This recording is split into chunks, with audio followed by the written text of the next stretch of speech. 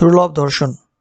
আমার ঘরের পাশে এক নূতন বাড়ি, সেখানে আছে সুনিপুর রূপের এক রূপবতী তরুণী। সে মাঝে মাঝে হালকা কণ্ঠে জ্বালাময়ী গান গায়। পড়ার টেবিলে বসে তার ধ্বনি শুনে মোর মন প্রেমে ডুবে যায়। তার সহজ সরল মুখে ফুটে ওঠে সরল কুমারীর ছায়া। আজ পার্থিব সুখে আনন্দিত আমি, তার তরে আমার মায়া। উত্তরে তাদের টিউবওয়েল পারে খোলামেলা এক গোসলখানা, দক্ষিণে মোদের জানালা দিয়ে দেখি তার স্নানের কারখানা।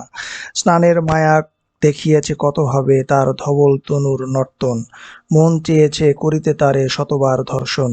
স্নানের তালে কখনো খসিয়া পড়েছে তার শাড়ির আঁচল, দেখেছি অর্ধাংশ আবৃত সুডল্ল, স্তন দুটো কাঁপছে সচল।